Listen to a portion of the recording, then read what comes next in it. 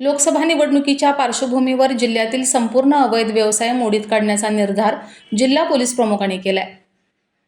परिसरातील मटका खुलेआम घेतला जात आहे। तरुण पिढी झटपट पैसा मिळवण्याच्या मोहापायी मटक्याच्या विळख्यात अडकली जाते। वांगी, देवराष्ट्रे, तडसर, वडियरायबाग, रामापूर आदी गावात मटका मोठ्या प्रमाणात घेतला जात आहे। 1 रुपयाला 10 रुपये म्हणजेच 10 पट पैसे मिळतील या मोहातून ग्रामीण भागातील तरुण मुलांपासून वृद्धांपर्यंत बरेच लोक या मटक्याच्या जाळ्यात अडकत चालले आहेत। आता ग्रामीण भागातील काही महिलाही मटका खेळत आहेत।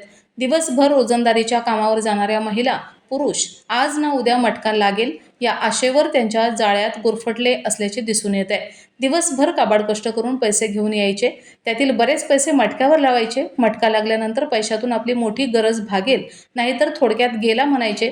दुसऱ्या दिवशी पुन्हा पैसे लावायचे, असा लोकांचा दिनक्रम बनलाय। त्यामुळे अनेक कुटुंबांची आर्थिक स्थिती खालावत गेली आहे। सांगली, सातारा जिल्ह्यामध्ये महिला, पुरुष व तरुण पिढी अशा या ऑनलाईन मटक्याच्या आहारी जाऊन अनेकांचे संसार देखील उद्ध्वस्त होताना दिसत आहेत।